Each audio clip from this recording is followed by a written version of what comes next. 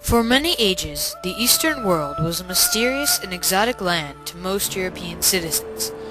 The history of the contacts between the British and Chinese peoples has been fraught with miscommunication, mistrust, and disgust at the two grossly different cultures. Hong Kong, however, became a middle ground to all of this. It was the common link between the British monarchy and the Chinese dynasty, despite the incredible differences in each nation's culture. The exploration carried out by adventurous Britons and Chinese led to early encounters between the two nations, both good and bad. Through Hong Kong, an exchange of ideas and technology eventually took place, bringing these two nations closer together.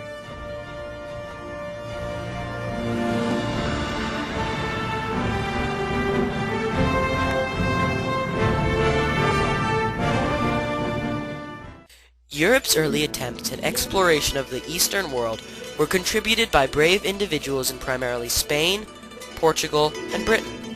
The Roman Empire could not trade with China by sea, but they maintained a series of trade routes called the Silk Road, named for its primary commodity.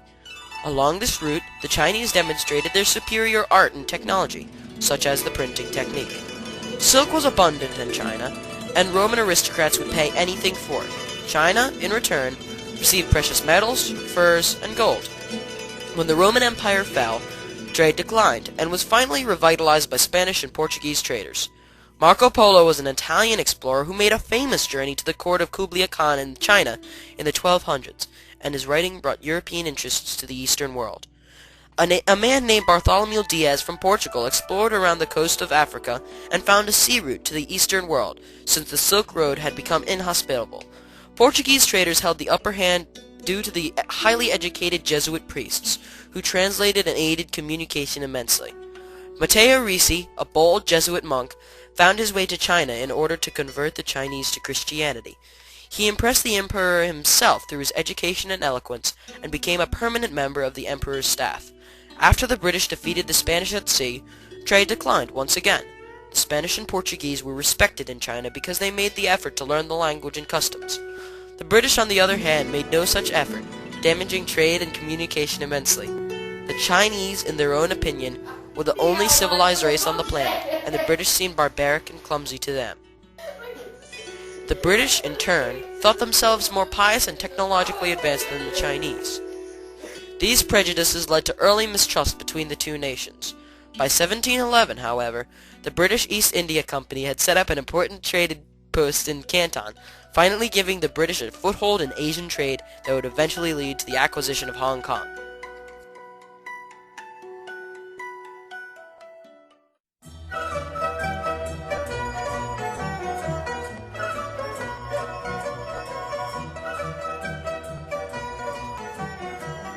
你好，敬信，你要买什么东西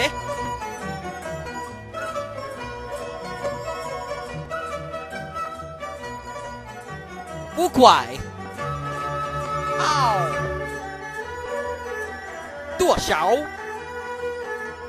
After the initial exploration of Chinese lands and early encounters with its people, the British set up a trading post in Hong Kong, a stretch of land near Canton on the Kowloon Peninsula.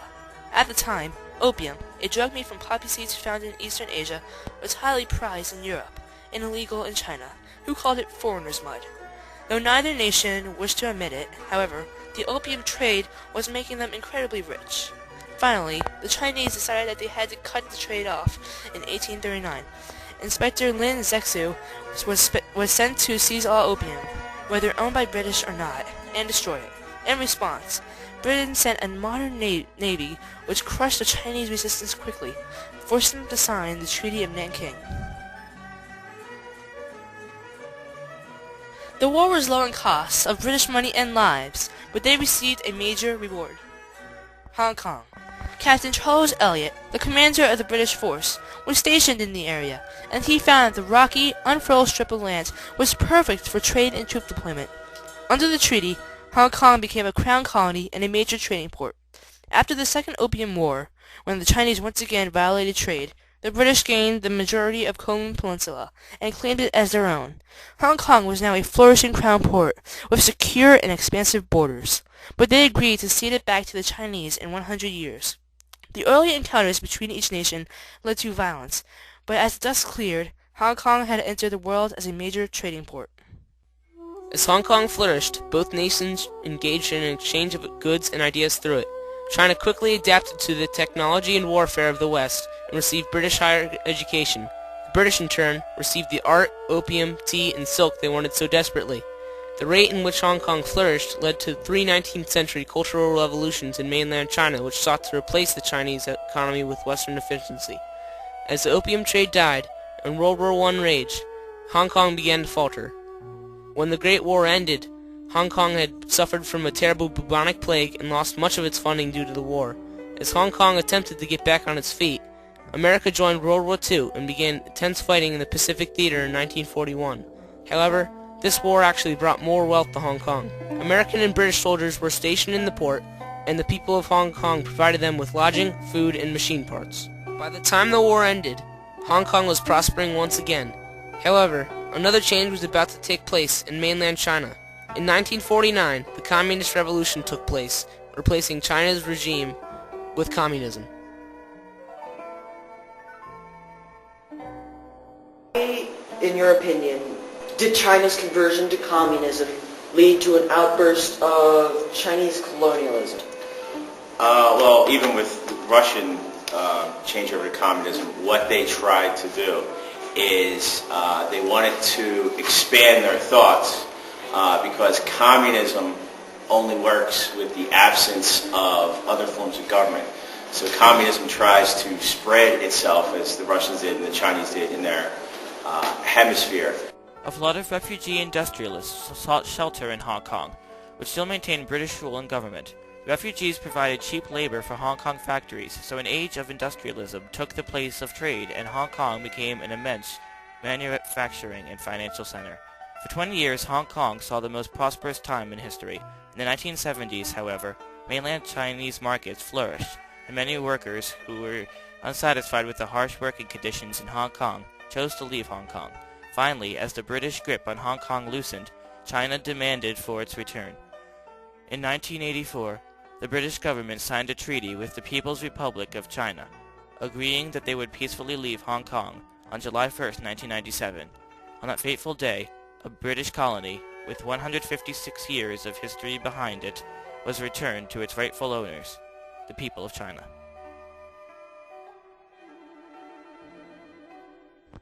The colony and port of Hong Kong was a link between East and West that cast illumination on an otherwise distant and alien world. The British and Chinese people both gained insight on each other's cultures and way of life. Both nations also gained much trade of otherwise unattainable goods through this rocky, barren peninsula. The bold exploration carried out by both nations and the early encounters, both good and bad, between both nations eventually led to an exchange of goods, ideas, and friendships.